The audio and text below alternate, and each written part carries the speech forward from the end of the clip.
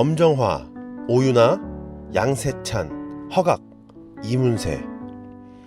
이 연예인들의 공통점이 뭔지 아시겠나요?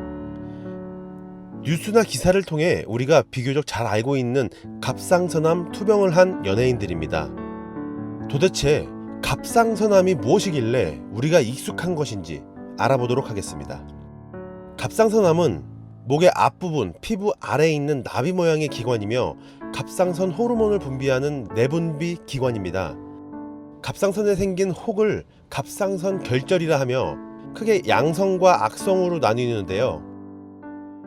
양성 결절은 말 그대로 경과가 양호한 결절을 말하며 커질 경우 미용상의 문제를 비롯하여 경부 압박감, 식도 이물감 등을 일으킬 수 있으나 다른 곳으로 퍼지지 않기 때문에 생명에 위협이 되지는 않습니다.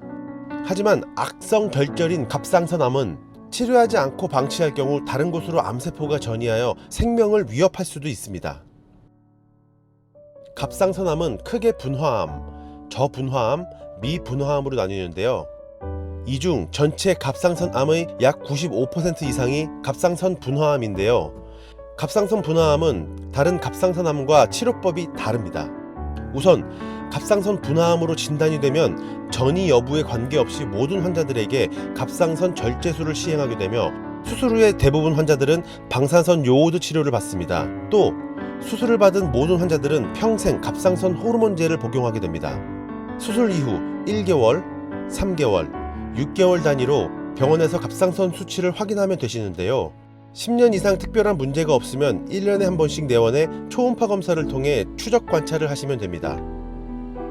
대부분의 갑상선암은 특별한 증상이 없기 때문에 우연히 목에 혹이 만져져 병원에 내원하여 검사한 뒤 발견하게 됐는데요. 하지만 손으로 만져지는 경우보다 초음파 등의 검사로 발견되는 경우가 훨씬 많습니다.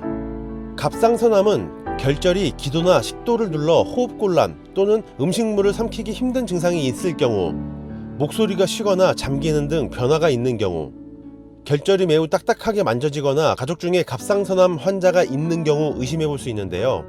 하지만 증상만으로 양성 종양의 감별은 어려우므로 정확한 진단을 위해서 반드시 병원에 내원하여 갑상선 전문의와 상의하셔야 합니다.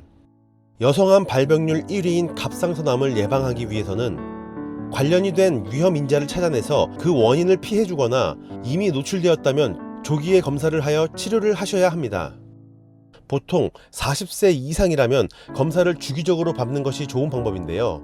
남성들도 일반적인 암 검사를 하는 나이인 50세 전후로 암 검사를 받아보는 것을 권합니다. 갑상선암은 걸려도 대부분 평생 건강하게 살 수 있으니 치료에 집중하고 즐겁게 사는 것이 좋습니다. 암, 더 이상 죽을 병은 아니라는 거 이겨내자고요.